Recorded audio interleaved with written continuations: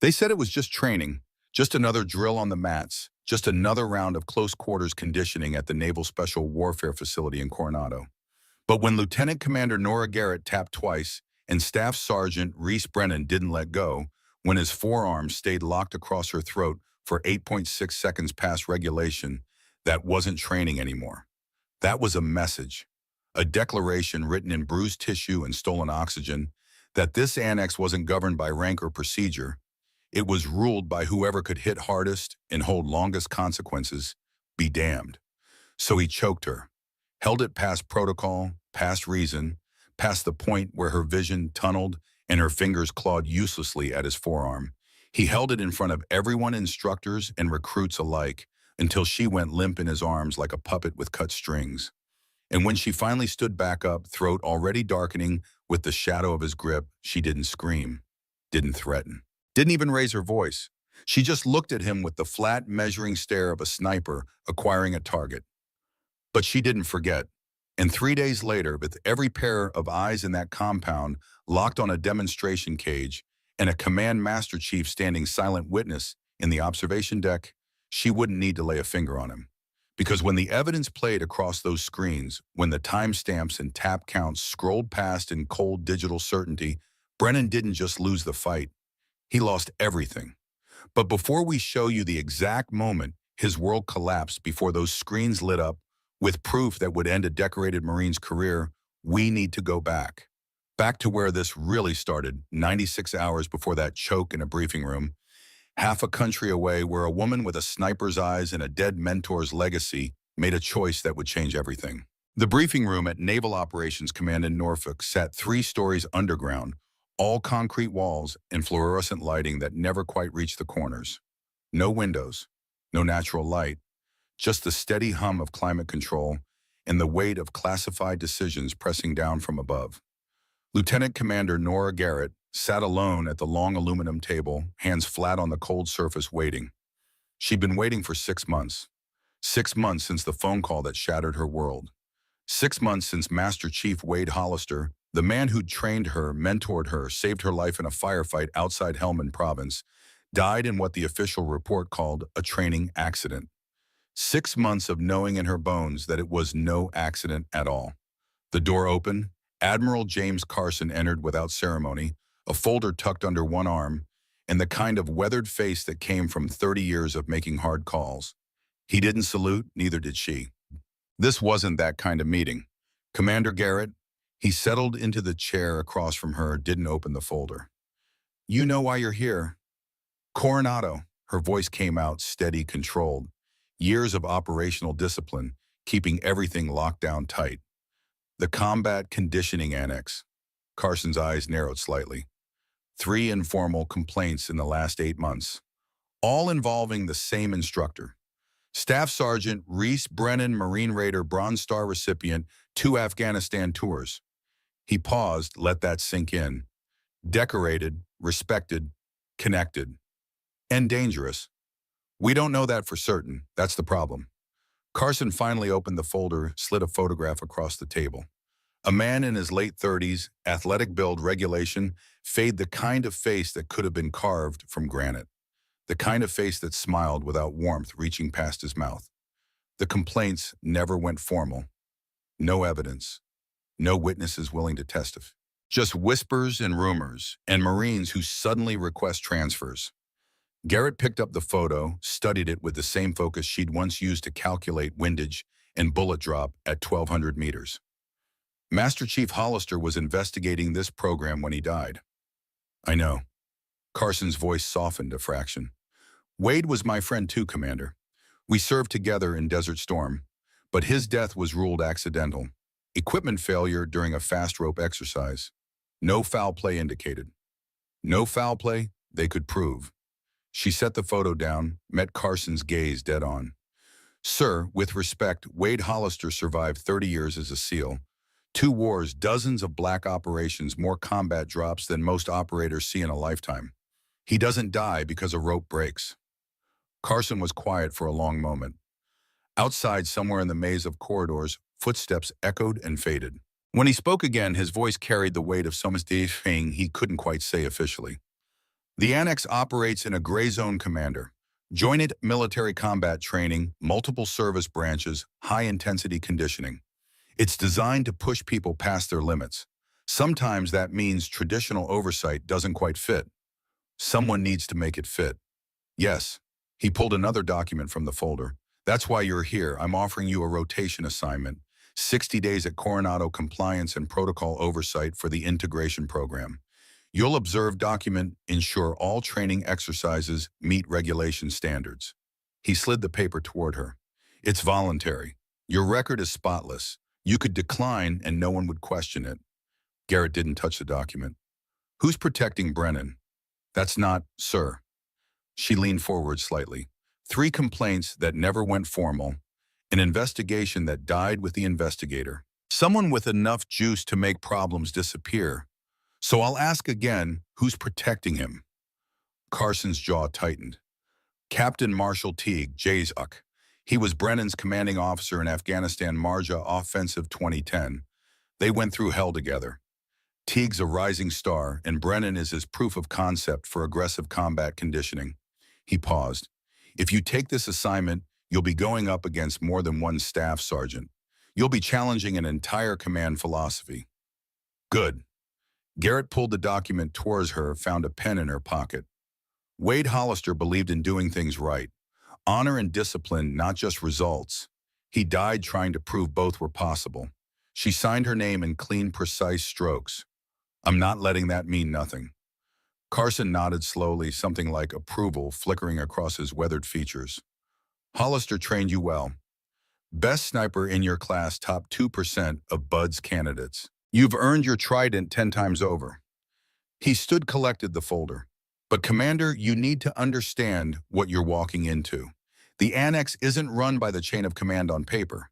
It's run by whoever commands respect on the mats. And right now, that's Brennan. Then I'll have to change that. She stood as well, came to attention. When do I leave? Tomorrow, 0600. Fly into San Diego, report to the base commander for initial briefing, then straight to the annex. Carson headed for the door, paused with his hand on the handle. One more thing. Teague will know you're coming, he'll know why, and he'll do everything in his power to protect his Marine. Let him try, sir.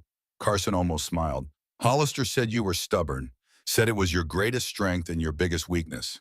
He opened the door. Let's hope he was right about the first part. After he left, Garrett remained standing in that windowless room for a long moment. Her hand drifted to her left shoulder, traced the ridge of scar tissue through her uniform shirt. 4 years ago, Helmand Province. A Taliban ambush that should have killed her entire squad. Would have if Wade Hollister hadn't thrown himself between her and a burst of automatic fire-taken rounds meant for her chest, then still managed to return fire and coordinate their extraction. He'd survived that day, barely, spent 3 months recovering, another 6 in physical therapy. But he survived, and he came back stronger, more determined to make sure the next generation of warriors were trained right, trained with honor. And now he was gone, dead in a training accident that every instinct she possessed screamed was murder dressed up in official language. Garrett pulled out her phone, opened the photo gallery, scrolled to an image she'd looked at 1,000 times. Her and Hollister at the sniper qualification range, both in ghillie suits covered in dirt and camouflage. Her holding up a target sheet, 98 out of 100 possible points. Him grinning like a proud father, arm around her shoulders. Mission accepted, Master Chief, she whispered to the empty room. I'll finish what you started. The next morning, 36,000 feet over Arizona, Garrett sat in a window seat, watching the desert scroll past below. The commercial flight was nearly empty, just a handful of passengers scattered through the cabin. She'd traveled in plainclothes civilian carry-on, nothing that marked her as military, except the posture she couldn't quite shake and the way her eyes automatically mapped exits and assessed potential threats. Her phone buzzed.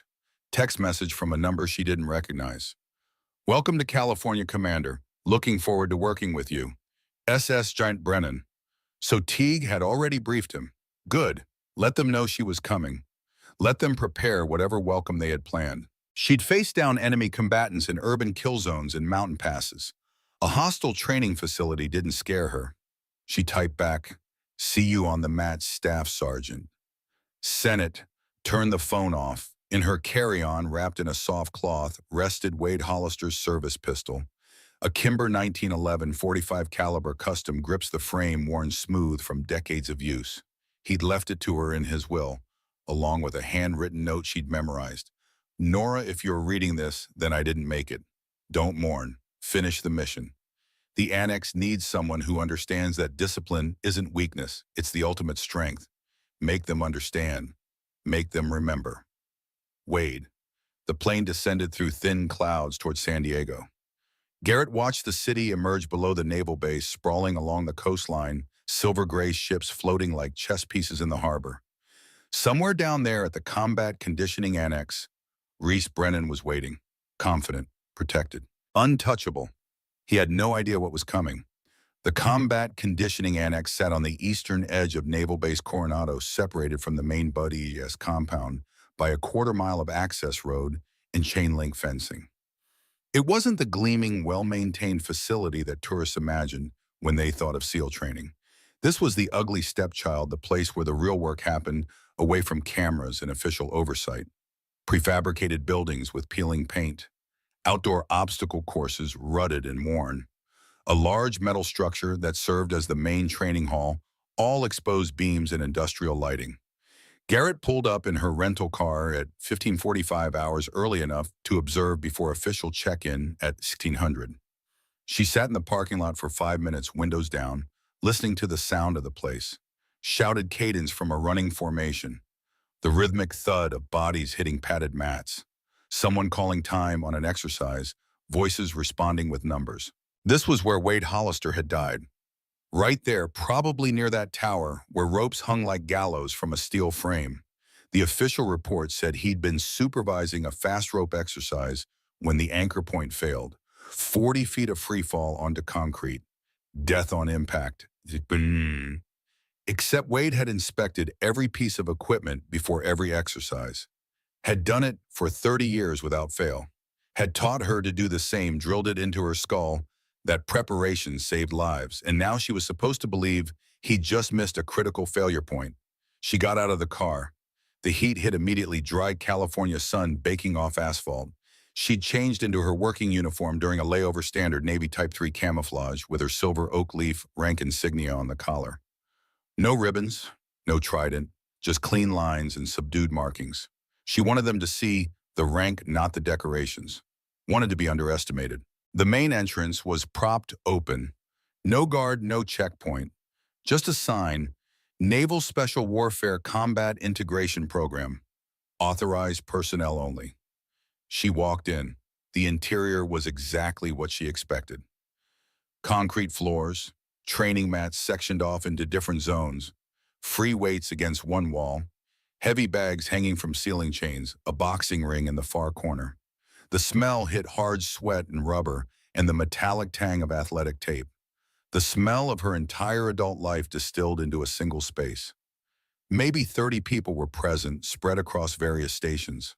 Most were focused on their exercises, but she felt the attention shift the moment she crossed the threshold. Conversations didn't stop, exactly. They just got quieter, more careful. Eyes tracked her progress without seeming to watch. Near the center mat, 3 instructors stood in a loose cluster. All men, all fit, all wearing the kind of relaxed confidence that came from owning a space. The one in the middle turned as she approached. Mid-30s, maybe 6 feet, even broad shoulders, face like a granite cliff. The same man from the photograph. Reese Brennan. Staff Sergeant. She stopped 3 paces away, professional distance. Didn't offer her hand. Commander Garrett. His voice was smooth, measured, the kind of tone that could shift from casual to commanding in a heartbeat. Welcome to the Annex. We got word you'd be joining us for a rotation. Integration oversight, correct? Compliance and protocol review. 60-day assignment. Right, compliance. He smiled, but it didn't reach his eyes. We run a tight program here, ma'am. High intensity, high standards. The kind of training that produces operators who don't break under pressure. I'm familiar with high-intensity training, Staff Sergeant. I went through BOD-S's, same as you. One of the other instructors, younger with fresh corporal stripes, made a sound that might have been a cough. Brennan's smile widened a fraction. Of course, ma'am. No disrespect intended. Just making sure you know what you're walking into. This isn't a classroom environment. Good, I prefer the field. She glanced around the facility, making mental notes of camera positions, emergency exits, the layout of training zones. I'll need access to all session logs, equipment maintenance records, and incident reports for the last 12 months. That can be arranged. Corporal Beckett here will get you set up in the admin office. He gestured to the younger instructor, who nodded but didn't quite meet her eyes. Anything else you need, just ask. We're here to support your mission, whatever that is. The emphasis on those last three words was slight but deliberate, a challenge wrapped in professional courtesy. My mission is simple, Staff Sergeant. Ensure all training protocols meet Navy regulations and that personnel safety remains the priority. She met his gaze, held it. I'm sure that aligns perfectly with your own objectives. Absolutely, Commander. He glanced at the other instructors, some silent communication passing between them. Well, we've got an advanced conditioning block starting in 15. You're welcome to observe. See how we do things here. I'll be observing everything, Staff Sergeant. That's why I'm here. She turned and followed Corporal Beckett toward a side office, conscious of the weight of Brennan's stare on her back. Conscious of the whispers, starting now, spreading through the facility like ripples on water. The new oversight officer. A woman. A SEAL, sure but oversight. Paper pusher. Clipboard warrior. Let them think that. Let them underestimate. She'd spent her career being underestimated, and she'd spent her career proving people wrong. The office was cramped, barely room for a desk and 2 filing cabinets. Corporal Beckett pulled out a chair for her, then hovered uncertainly near the door. He was young, maybe 25, with the kind of nervous energy that spoke of someone who'd seen something and didn't know what to do about it. Thank you, Corporal. She kept her voice neutral. The files? Yes, ma'am. They're in the system. Digital access. I'll get you login credentials. He pulled out a notepad, scribbled something, then stopped. Looked at her. Looked away. Ma'am, is this conversation private? Garrett's instincts went on alert. It can be. Beckett closed the office door, lowered his voice. I heard you were coming. Heard you were here because of Master Chief Hollister. He swallowed hard. I wanted you to know he was a good man. What happened to him, it wasn't right. You were here when he died. Yes, ma'am, I saw the whole thing. Saw the rope snap, saw him fall. His hands clenched into fists, then released. But ma'am, I also saw Staff Sergeant Brennan inspecting that equipment 2 hours before. Saw him up on the platform messing with the anchor points. And when I asked what he was doing, he told me to mind my own business and get back to my station. The air in the small office suddenly felt very thin. Did you report that to anyone? I tried, went to the base safety officer, filed a preliminary statement. Beckett's voice dropped even lower. 3 days later, Captain Teague showed up at my quarters. Told me I must have been mistaken. That Brennan was just doing routine safety checks, same as always. Said if I kept pushing a false narrative, it would look bad for my career. Make people think I couldn't handle the pressure. Garrett kept her expression neutral, but inside ice formed along her spine. What did you do? I backed off, withdrew my statement, said I must have misunderstood what I saw. He finally met her eyes and she saw shame there, and fear, and something harder underneath. I've regretted it every day since. Because Master Chief Hollister was trying to help us, trying to fix this place, and we let him die for it. She leaned forward slightly. Corporal Beckett, I need you to understand something. If you're willing to testify to what you just told me, if you're willing to go on record, I can protect you. But it has to be official. It has to be documented. I know, ma'am. He straightened up, some of that military bearing returning. That's why I'm telling you now. I've got 6 years in the Corps. I love the Marines. But not like this. Not with someone like Brennan making us all look bad. He paused. There's something else you should know. I'm not the only one. There are others who've been on the wrong end of his training methods. But they're scared. Scared of retaliation. Scared of getting blacklisted. Get me names, quietly. No official approach yet. Just names of people who might be willing to talk if they knew they had protection. She pulled out a card with her contact information, handed it to him. And Corporal, watch your back. If they moved against Hollister, they won't hesitate with you. He took the card, nodded, and left. Garrett sat alone in the office processing. So it wasn't paranoia, wasn't grief making her see conspiracies and accidents.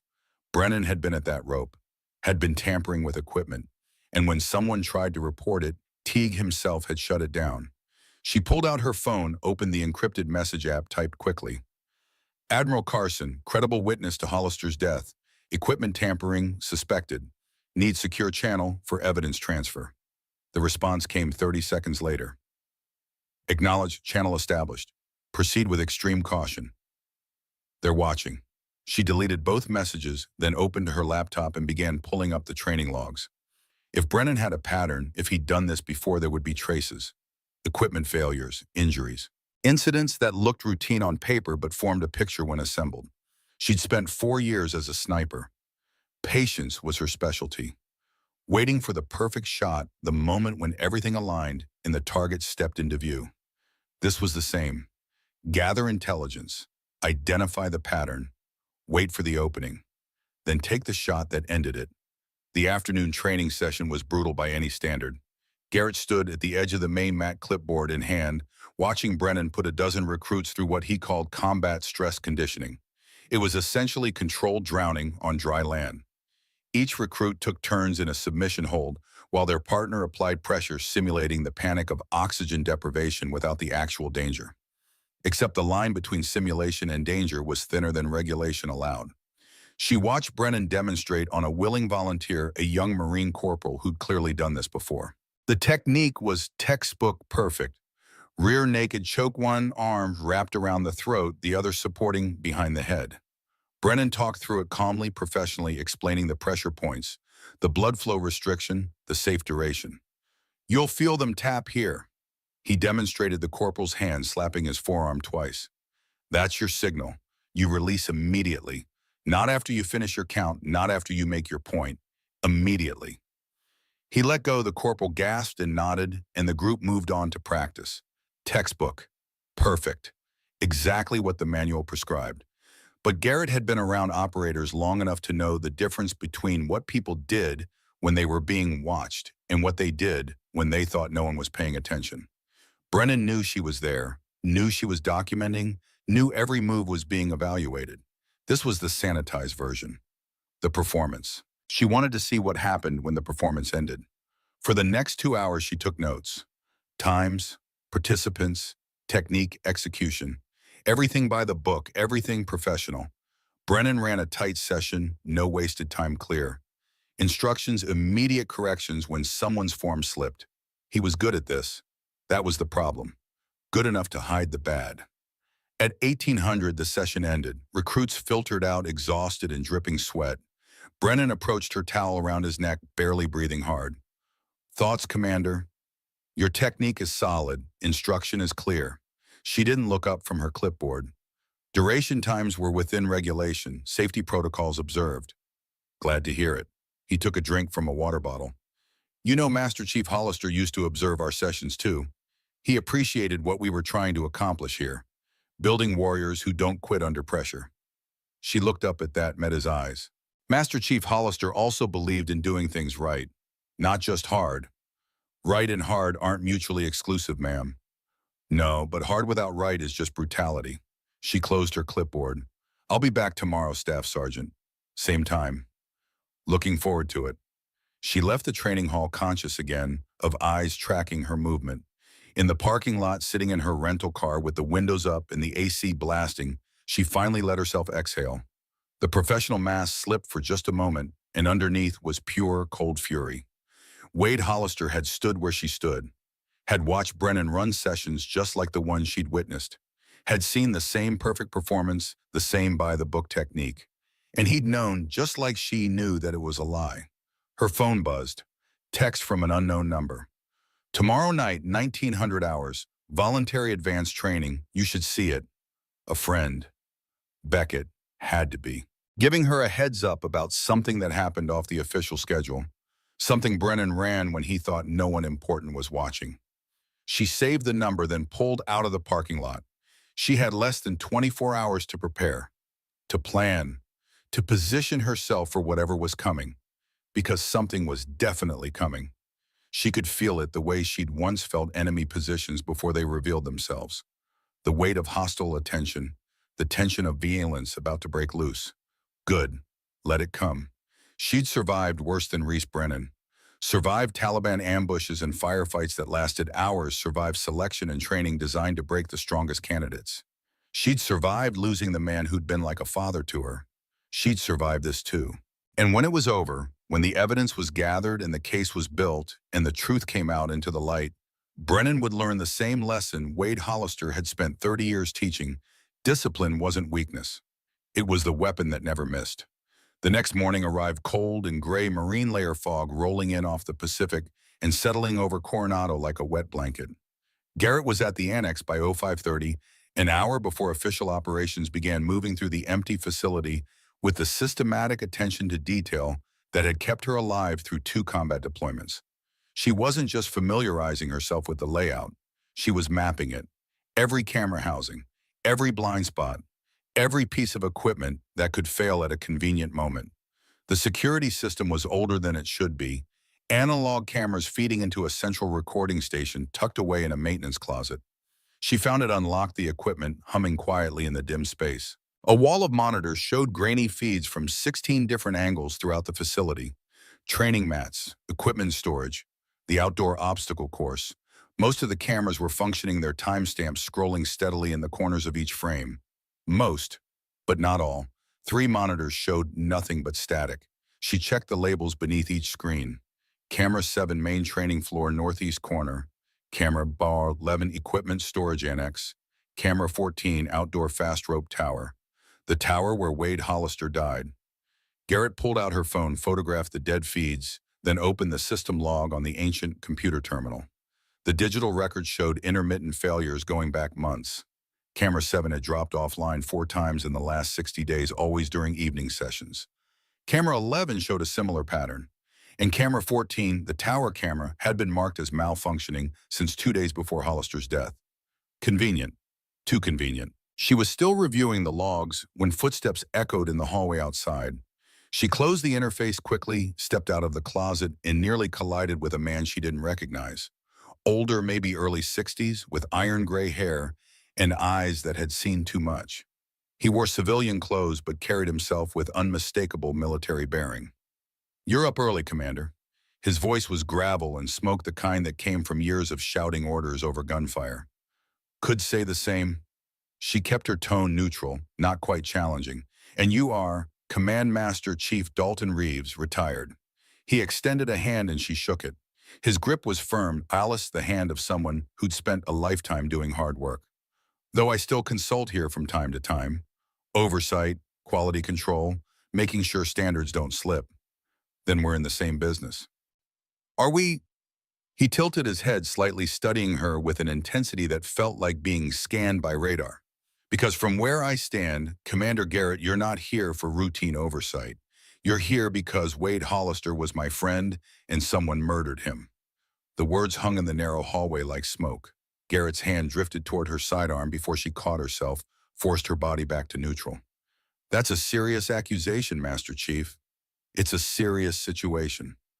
Reeves glanced back down the hallway, then gestured toward a small office. "Walk with me." She followed him into what looked like a storage room converted into a makeshift workspace.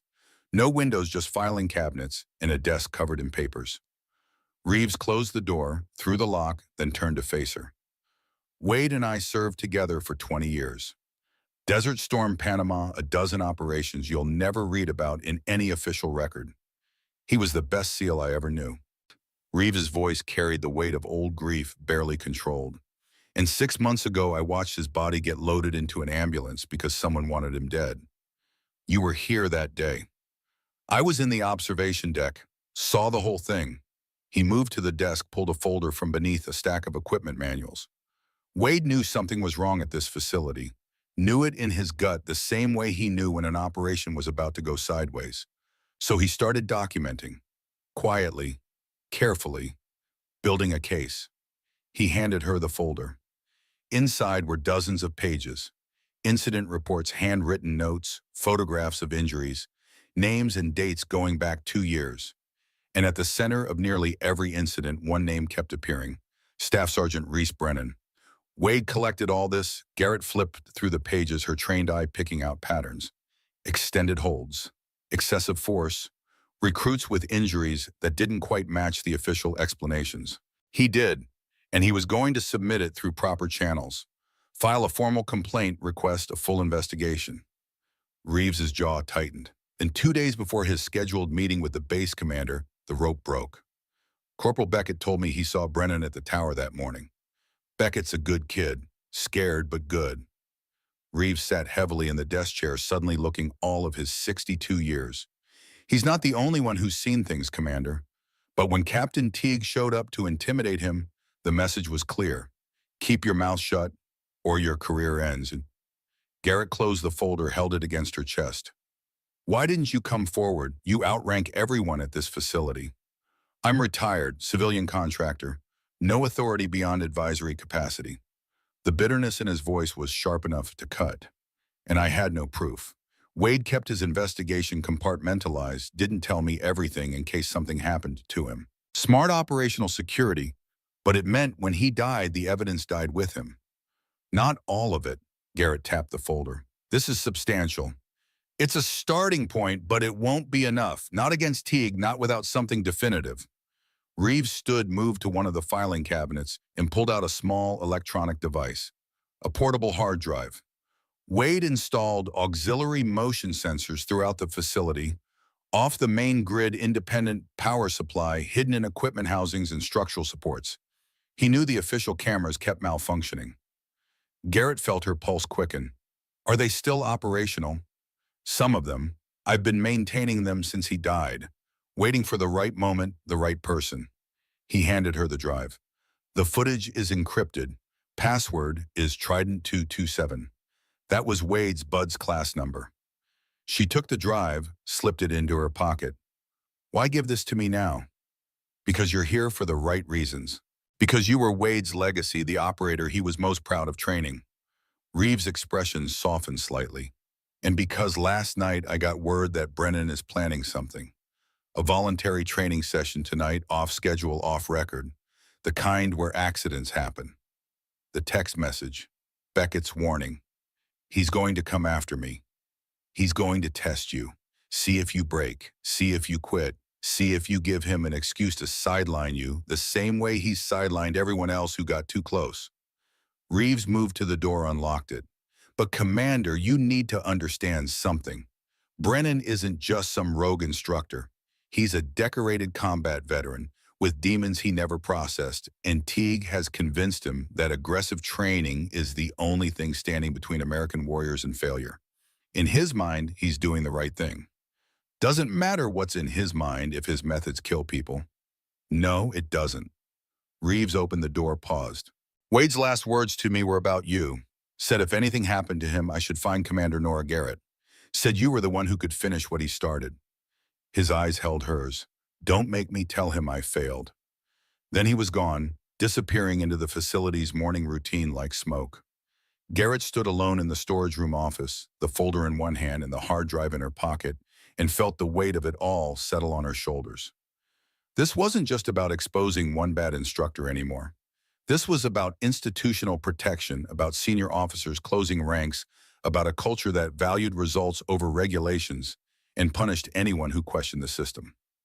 Wade Hollister had questioned the system, and it killed him. She wouldn't make the same mistake. She wouldn't question it. She'd document it, expose it, and burn it down with the cold efficiency of someone who'd spent years taking precision shots from a mile away. But first, she had to survive tonight. The day passed in a blur of official duties.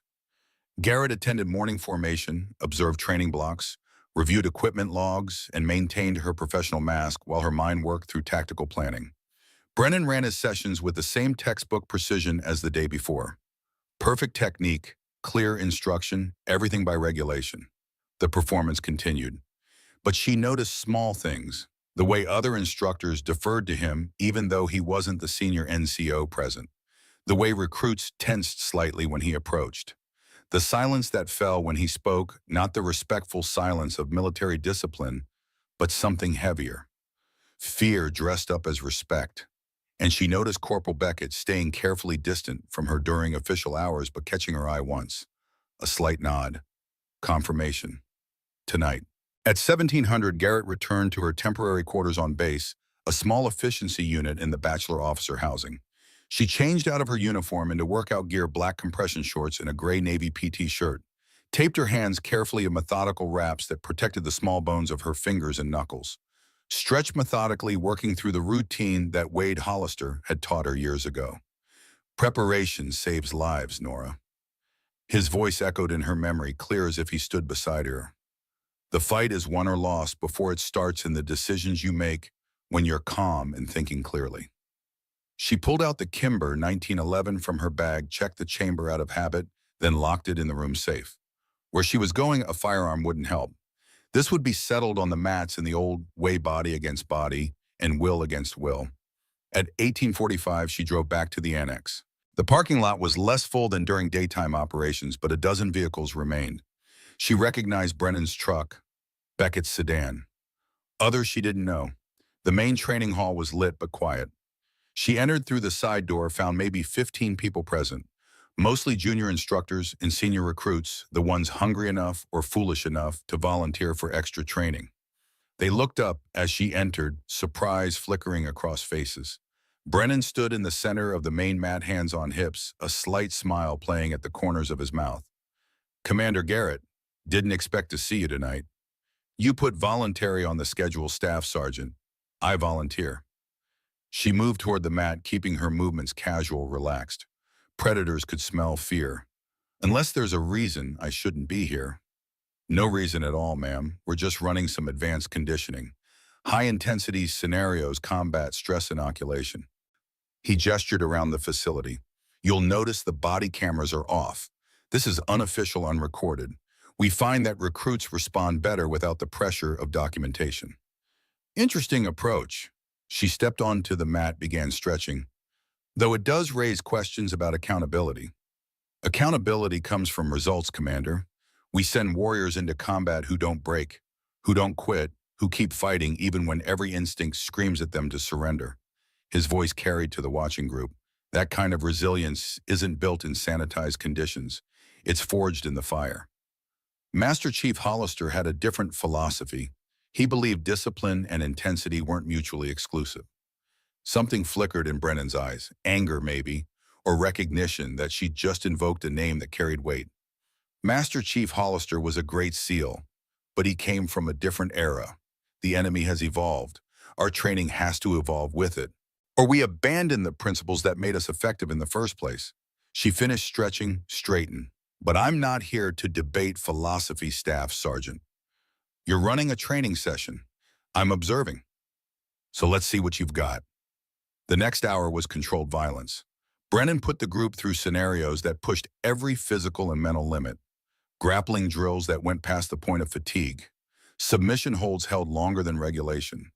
Controlled aggression that occasionally slipped past, controlled into something darker. Garrett watched it all, committing everything to memory. The techniques were sound, the instruction clear, but the intensity crossed lines that existed for good reasons. She saw a young Marine tap out of a triangle, choke the signal clear and desperate, and watched Brennan hold it for 3 additional seconds before releasing.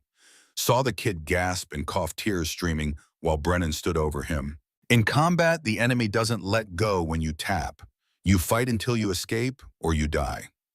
It was the same logic, the same justification. And on the surface, it even made a twisted kind of sense. But there was a difference between training that simulated stress and training that inflicted trauma. Wade Hollister had known that difference, had tried to teach it. At 20:30, Brennan called a break. Most of the group collapsed onto benches, gasping, reaching for water bottles. But Brennan's attention focused on Garrett. Commander, you have been observing for a while. Care to participate? Get a feel for what we're actually doing here? It was the trap she'd been waiting for. The moment when he'd test whether she could back up her SEAL credentials or whether she was just another oversight officer who'd lost their edge behind a desk. What did you have in mind, Staff Sergeant?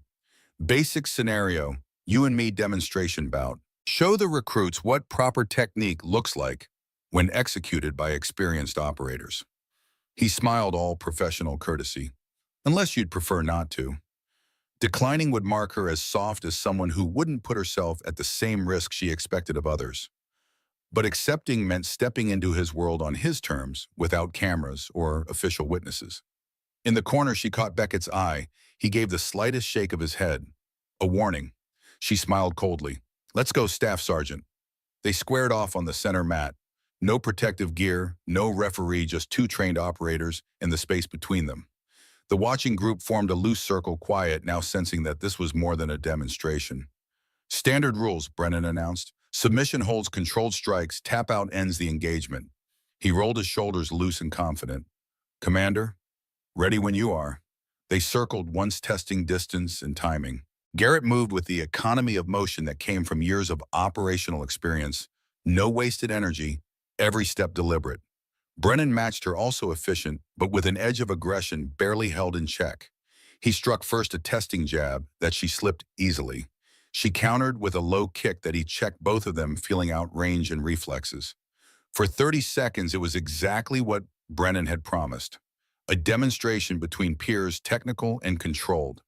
Then he shot in for a takedown, his level change explosive and well-timed. Garrett sprawled, defending with textbook form, but he adjusted mid-motion and drove her backward. They hit the mat hard, his weight pressing down, and she felt his forearm slide across her throat. Not yet locked in, still defensive position. She worked her hips, created space, started to escape. That's when his weight shifted, when the pressure increased past what the situation called for, when she felt his forearm bar across her trachea with intent that went beyond demonstration. Her hands came up, found his wrist, tried to relieve the pressure. But he was strong, experienced, and he knew exactly what he was doing. She tapped once. Clear signal. "Release me." He held. She tapped twice. "Emergency signal. You're exceeding protocol." He held.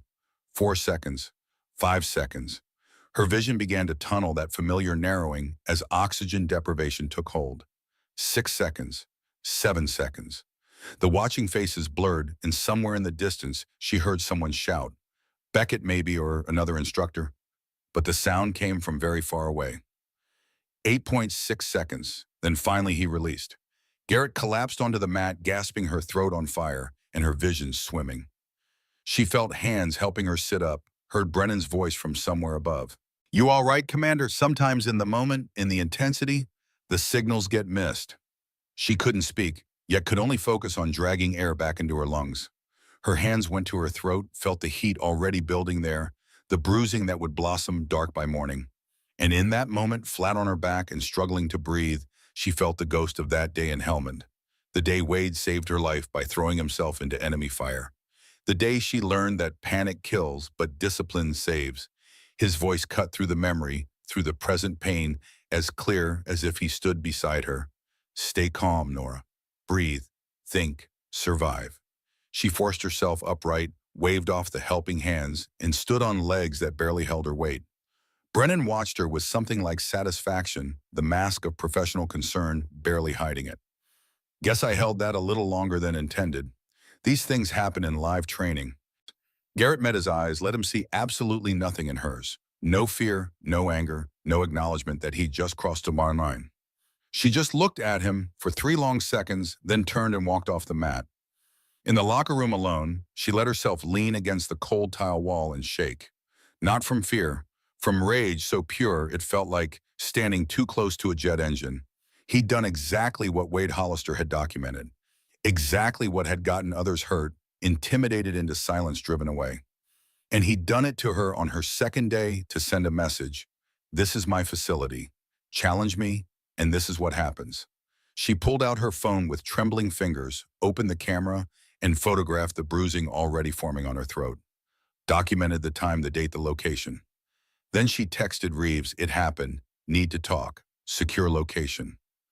The response came immediately. "Storage office, 20 minutes. Come alone." Garrett cleaned herself up, changed into street clothes, and left through the side exit. She didn't look back at the training hall, didn't acknowledge the few remaining vehicles in the parking lot. She simply drove off. Base circled back through a different gate using her military ID and parked 3 buildings away from the annex. The facility was dark now, official operations over for the night. She used her access code to enter through a rear door, moved through the shadowed hallways with practiced silence, and found Reeves waiting in the storage office. He took one look at her throat, and his weathered face went hard as stone. When Kibo, 30 minutes ago, voluntary training session, no cameras demonstration bout. She handed him her phone showing the photographs. He held 8.6 seconds past tap protocol. Had witnesses, but they're all in his camp. Reeves was already pulling out the portable hard drive, connecting it to his laptop. Wade's auxiliary sensors should have captured it. Camera placement is designed for blind spots in the official system. His fingers flew across the keyboard, entering passwords, navigating encrypted directories. If the sensors were active, if the battery backup held, the screen flickered. Grainy footage appeared, infrared imaging, showing heat signatures against dark backgrounds. The angle was from somewhere up in the rafters, looking down on the main training mat. Garrett watched herself and Brennan, circle engage, go to the ground. Watched his arm lock across her throat. Watched herself tap once, twice. Watched her body begin to go slack, while he held and held and held. The timestamp in the corner was merciless, 8.6 seconds from first tap to release. "Got you," Reeves breathed. "We've got him." But Garrett was shaking her head. "It's not enough. One incident, first-person perspective, footage from an unauthorized camera system.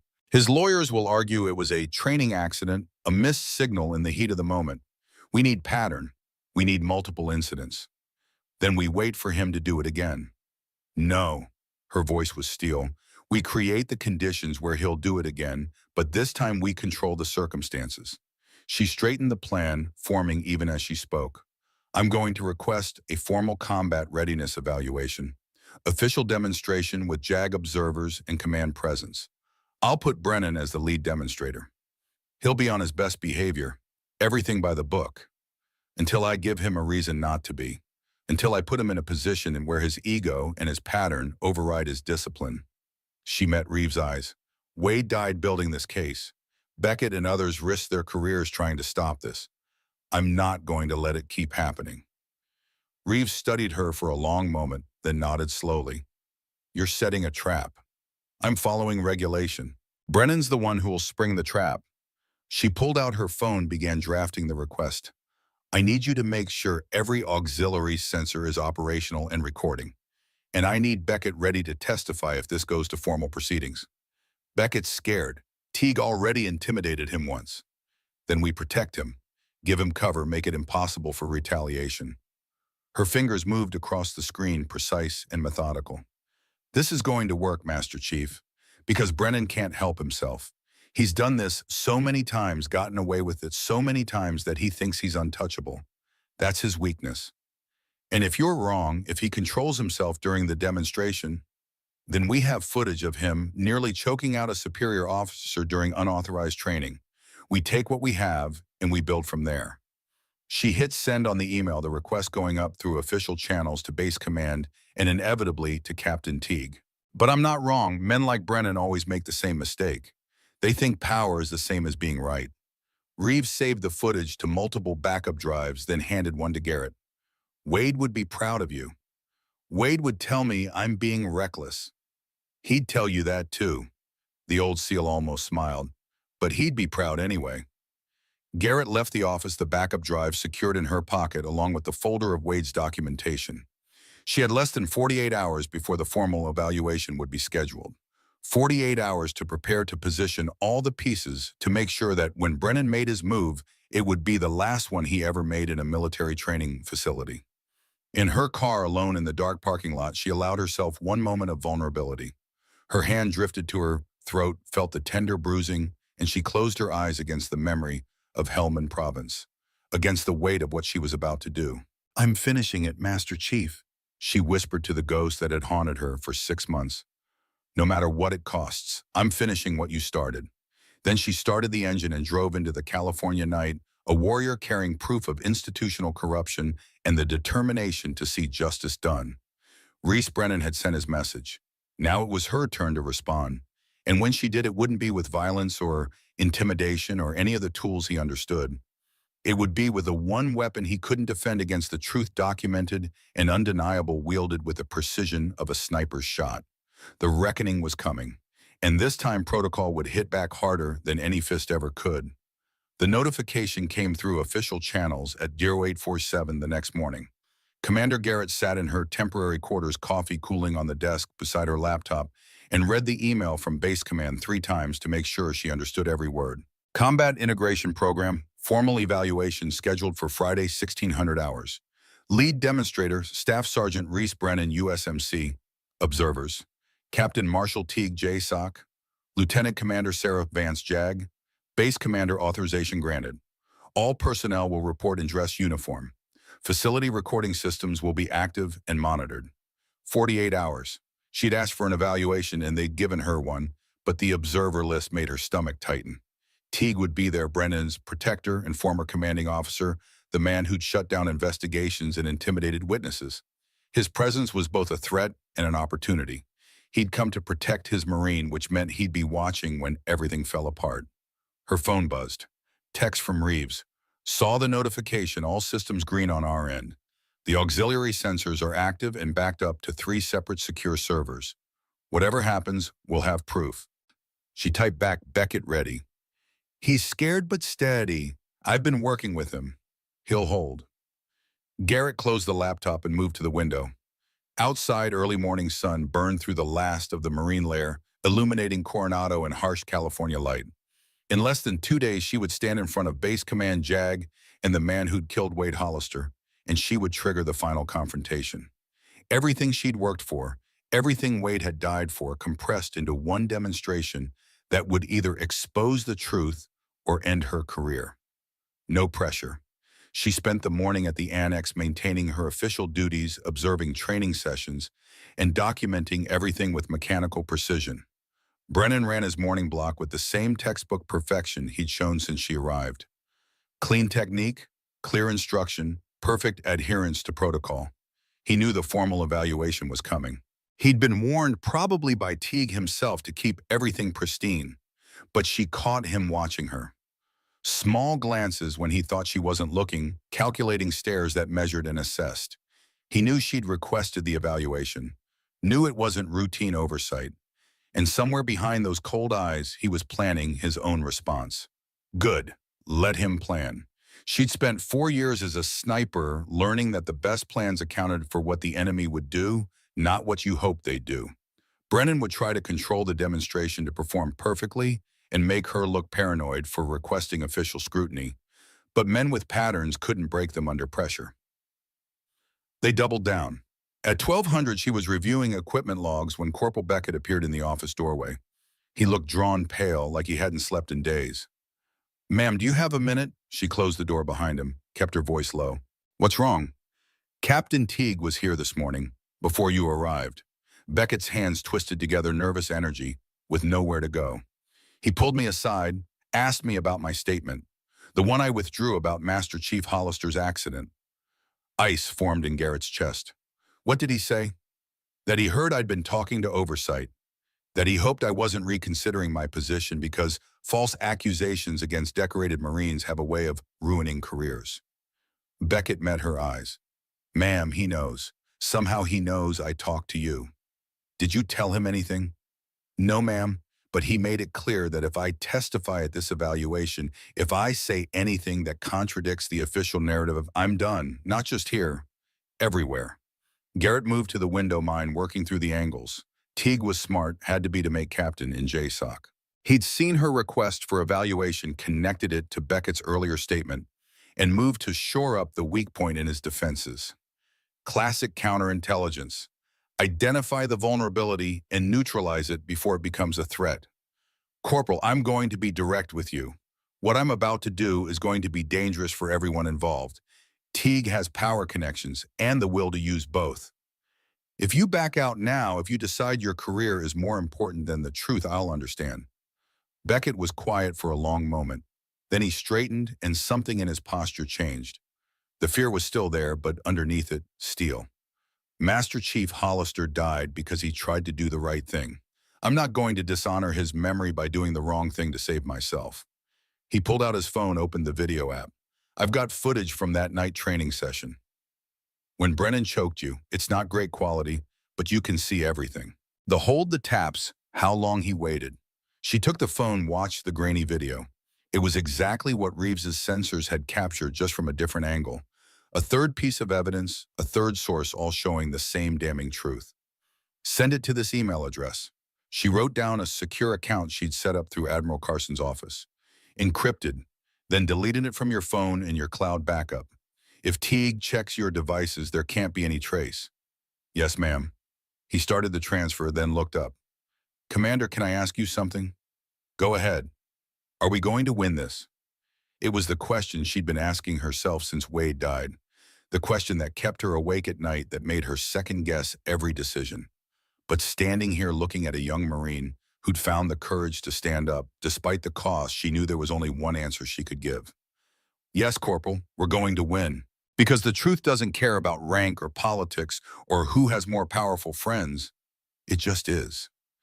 And once it's in the light, once everyone can see it, not even Teague can make it disappear. She hoped she was right. The next 36 hours passed in a blur of preparation. Garrett coordinated with Reeves to ensure every auxiliary sensor would be operational during the evaluation. She reviewed the facility layout with tactical precision, identifying sight lines and camera positions, making sure there would be no blind spots when the moment came. She drafted her statement for JAG Clinical and detailed laying out the pattern of violations without emotional embellishment. And she trained. Spent hours in the base gym, working through grappling scenarios, drilling escapes from submission holds, preparing her body for what was coming. Because she knew with the certainty that came from years of combat experience that Brennan would try something during the demonstration. His ego wouldn't allow anything else. Friday morning arrived with cloudless skies and temperatures already climbing toward 80. Garrett, dressed in her service khakis, the dress uniform crisp and perfect, her ribbons arranged in precise rows above her left breast pocket, 2 Purple Hearts from her Afghanistan tours, a Bronze Star with Valor device, the Navy and Marine Corps Commendation Medal, and at the top, the SEAL Trident Gold Eagle clutching an anchor flintlock pistol and trident in its talons.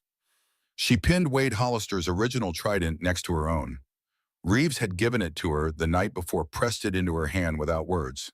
It was worn smooth from decades of wear, the gold dulled, but somehow more real for it. For luck, Master Chief, she whispered to the empty room, and for justice. At 15:30, she arrived at the annex. The main training hall had been transformed.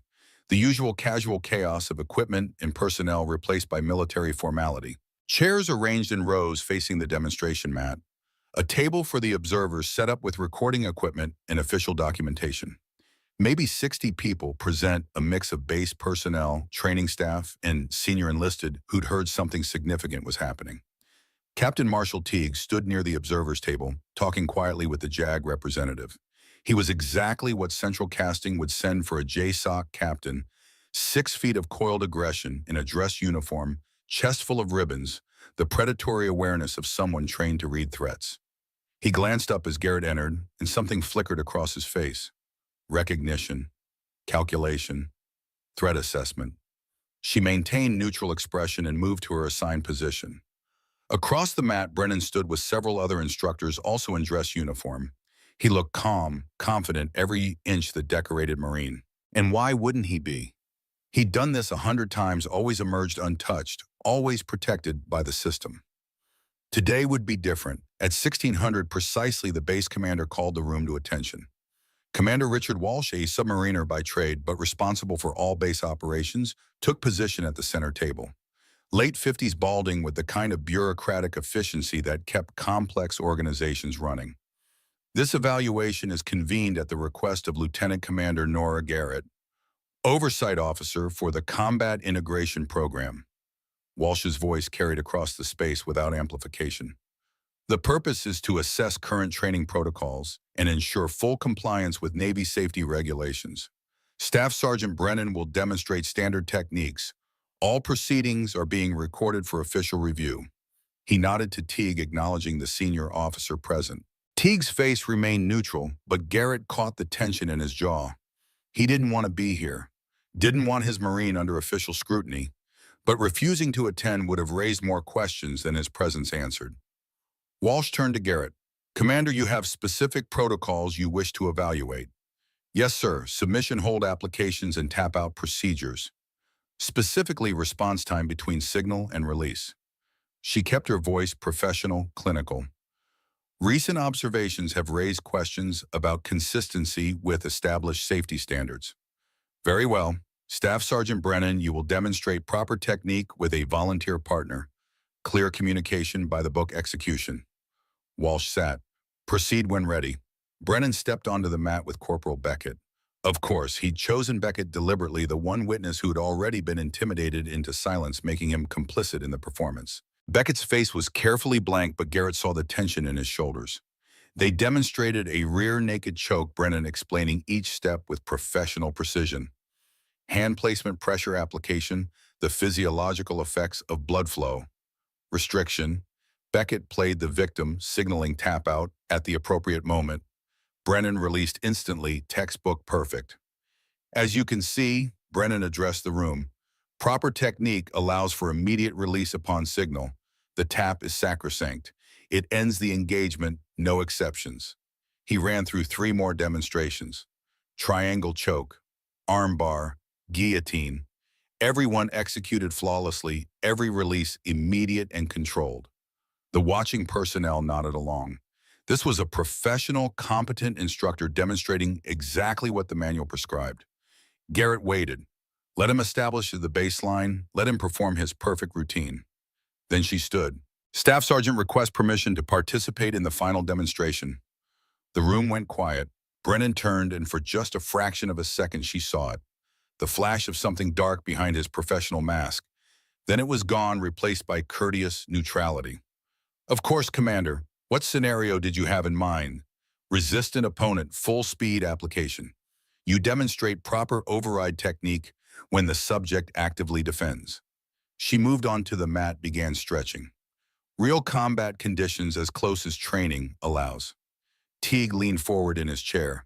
Commander Garrett, is that necessary? The staff sergeant has already demonstrated proficiency. Sir, with respect, the scenarios demonstrated were compliant partners. I'd like to evaluate technique against resistance. She met Teague's stare without flinching. Unless there's a reason that's inappropriate, Walsh intervened before Teague could respond. The request is reasonable. Staff Sergeant, are you comfortable with this scenario?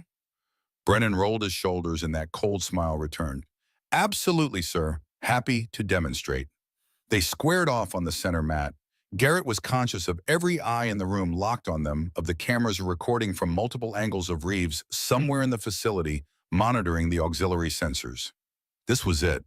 The moment Wade Hollister had been building toward the confrontation that would either expose the truth or bury it forever. They engaged. Brennan moved, first testing with strikes that she deflected and countered. For the first 30 seconds, it was professional sparring between trained operators. Then he shot in for a takedown explosive and committed, driving her backward with controlled aggression. She sprawled, defended, but he'd anticipated it and adjusted mid-motion. His weight crashed into her, taking them both to the mat, and she felt his positioning shift as he worked toward back control. This was the critical moment. She could escape now, force a reset, keep this demonstration clean and inconclusive, or she could let him think he was winning. She gave him the position. Let him take her back. Let his arms snake around her throat. Let him sink the rear naked choke with practiced efficiency. His forearm barred across her windpipe, and she felt the familiar pressure building. Not crushing, not yet, but deliberate and controlled. Then she tapped his wrist. Once, clear and unmistakable. He held. She counted in her head. 1, 2, 3 seconds. Tapped again, harder, the emergency signal that should trigger immediate release. He held. 4 seconds. 5. The pressure increased incrementally, just enough to make her vision start to narrow. Around them, she heard murmurs from the watching crowd. Someone said something sharp, but the words didn't quite register through the roaring in her ears. 6 seconds. 7. She was fighting now, not for the demonstration, but from genuine need, her body's autonomic response to oxygen deprivation. Her fingers clawed at his forearm. Her legs kicked, and somewhere very far away she heard Beckett shouting. 8 seconds. 9. 10. 11. Then finally he released.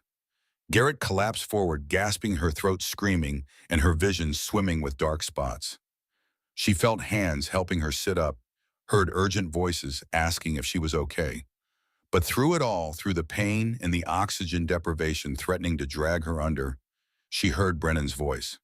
"Apologies, Commander. You were defending aggressively.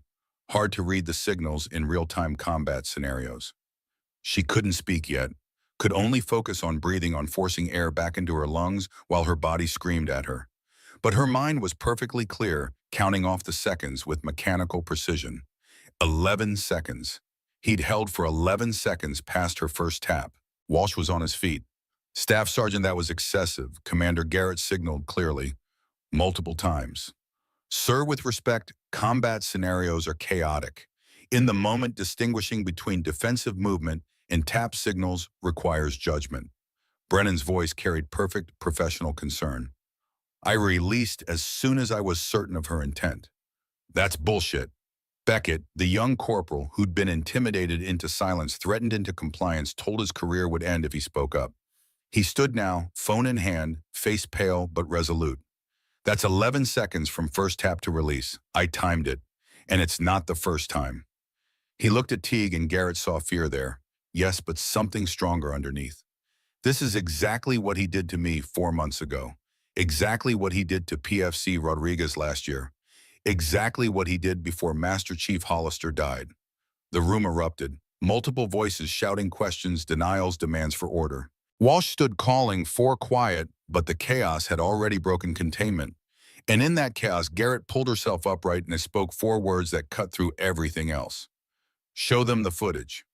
Reeves appeared from the equipment room, laptop in hand. He moved to the observer's table connected to the display system, and suddenly the wall-mounted screens flickered to life. Split-screen footage showing multiple angles of what had just happened. The timestamps in the corners were merciless, counting off each second of the hold in digital precision. But it wasn't just the demonstration. Reeves played the footage from the night training session, showed Brennan choking Garrett into near unconsciousness, showed the 14 seconds of hold pass protocol call, showed the pattern that Garrett's testimony alone couldn't prove. Then older footage, incidents from months past captured by Wade's hidden sensors. Different victims, same technique. The pattern laid bare for everyone to see. Teague was on his feet. "This footage is inadmissible. Unauthorized surveillance, chain of custody compromised, inadmissible in any formal proceeding." "You're right, Captain." The JAG representative, Lieutenant Commander Vance, spoke for the first time. She was younger than Garrett expected, early 30s, with the focused assessment of a prosecutor spotting weakness. "In a court-martial, we'd have evidentiary challenges, but this isn't a court-martial. This is an administrative review." She turned to Walsh. "Sir, I've seen enough to recommend immediate suspension pending formal investigation." Walsh nodded slowly, his bureaucratic efficiency adapting to new information. "Staff Sergeant Brennan, you are relieved of duty, effective immediately. You will surrender your facility access and report to base legal for interview." He looked at Teague. "Captain, given your prior relationship with the Staff Sergeant, I'm requesting JSOC assign a different officer to liaison during this investigation." "Commander Walsh, you're making a serious mistake based on questionable evidence.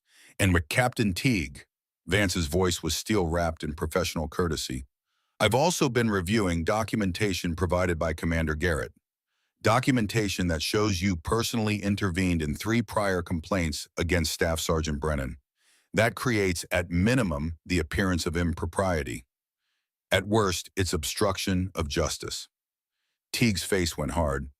"I was protecting a decorated Marine from false accusations. You were protecting your command philosophy from accountability."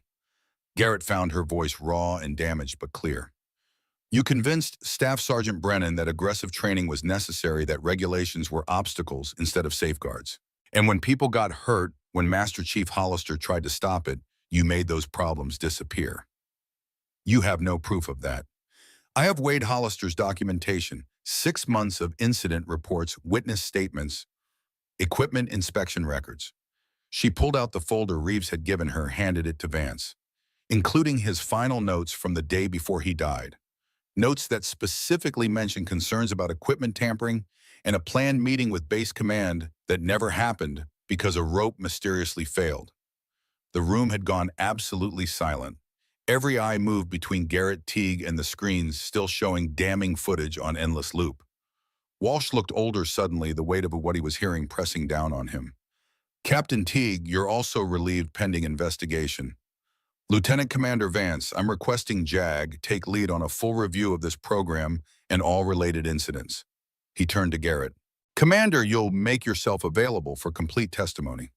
Yes, sir. Brennan hadn't moved, stood frozen on the mat, watching his world collapse in real time. Garrett approached him, keeping 2 arm lengths distance, and spoke quietly enough that only he could hear.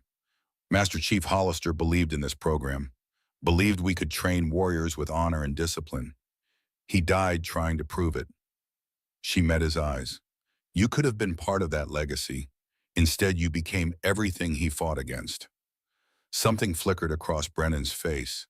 Not quite remorse, but recognition, maybe. The first crack in the armor. I was trying to make them strong, to prepare them for what's really out there. No, you were breaking them to prove you could. There's a difference. She stepped back. Master Chief could have taught you that, if you'd listened. Security personnel appeared to escort Brennan off the facility. He went quietly, the shoulders slumped, the confidence and aggression draining away with each step. Teague followed under his own power, but his exit was no less final. The man who'd protected a toxic culture, who'd valued results over regulations, watching his career end in a training facility he'd tried so hard to control.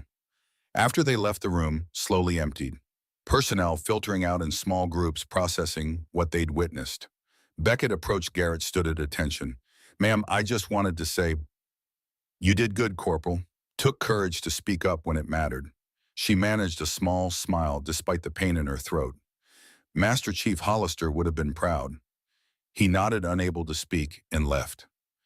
Finally, it was just Garrett Reeves and Walsh remaining in the hall.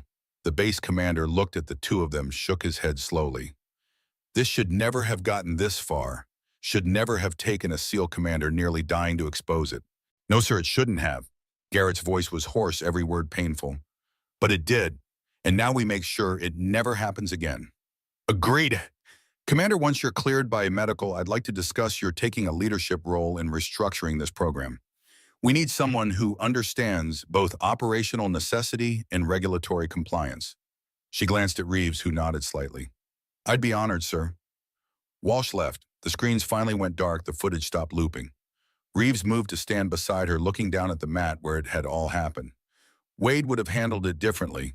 He'd have built an airtight case, submitted it through proper channels, let the system work. The system killed him, Master Chief. I know. Reeves pulled out a small box from his pocket, opened it. Inside was a Navy Cross, the service's second highest decoration for valor. This arrived yesterday, posthumous award for Wade. They're calling it recognition of his career-long dedication to training excellence and integrity. They're calling it that now, after he's fled and can't embarrass them anymore. Yes, Reeves closed the box. But he was right, Commander. About the program, about the principles, about you. He knew you'd finish what he started.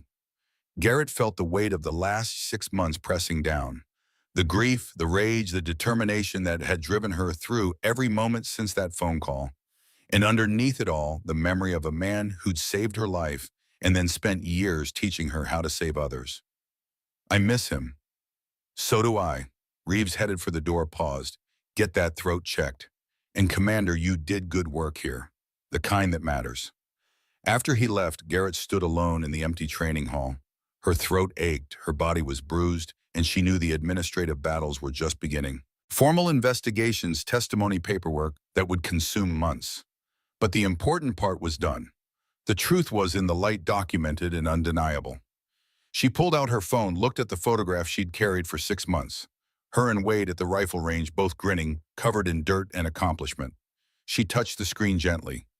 Mission complete, Master Chief. The program's going to change. We're going to do it right this time. Your way.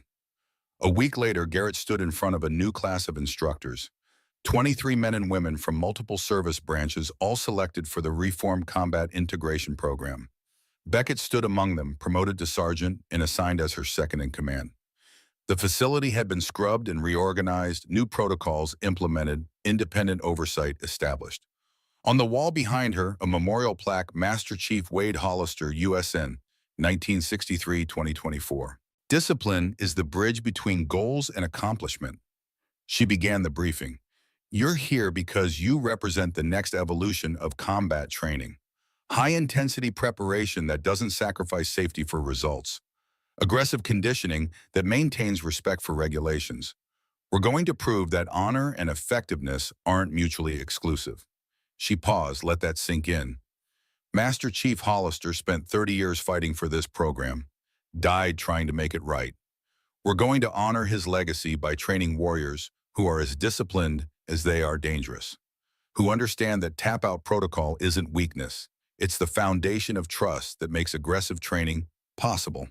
She spent the next hour outlining the new curriculum, mandatory recording systems, independent safety observers, anonymous reporting channels, and a zero-tolerance policy for violations that would be enforced from day one. After the briefing, Beckett approached. Think it'll work, ma'am? Think we can really change the culture? Garrett looked around the facility, seeing it not as it was, but as it could be. Yes, Sergeant, because this time we're not trying to change it alone. This time the system is backing us instead of fighting us. That evening, she returned to her quarters to find a package waiting. No return address, just her name in careful handwriting. Inside was a book, worn leather binding pages marked with dozens of notes and highlights. Wade Hollister's personal training journal, 3 decades of hard-won wisdom distilled into handwritten observations. A note was tucked inside the front cover, Wade's handwriting unmistakable. Nora, if you're reading this, then I'm gone, and you've done what needed doing. I always knew you had the strength for it. Remember that discipline isn't about following rules blindly. It's about having the courage to enforce them when everyone else looks away. Make them better. Make them remember why we do this. The warriors who come after us deserve instructors who will push them hard and keep them safe. Be that instructor. Be that leader. Make me proud. Wade. She sat on the edge of her bed, the journal in her lap, and let herself cry for the first time since that phone call 6 months ago. Cried for the mentor she'd lost, for the broken system she'd exposed, for the cost of doing what was right when the world wanted you to look away. Then she dried her eyes, opened the journal, and began to read. Wade's wisdom, his techniques, his philosophy of training that balanced intensity with integrity. She would learn it all, implement it all, and pass it on to the next generation. Master Chief Wade Hollister had believed that one person with courage could change a system. He'd proved it with his life. Now she would prove it with hers. The next morning, Garrett was back at the annex at 05:30. New instructors were already arriving, eager and nervous, ready to learn a different way. She greeted each one, learned their names, began building the relationships that would form the foundation of trust. At 0600, she stood on the mat where Brennan had tried to break her, where the truth had finally come to light, and called the first formation of the new program. Good morning, I'm Commander Nora Garrett, and this is where we begin.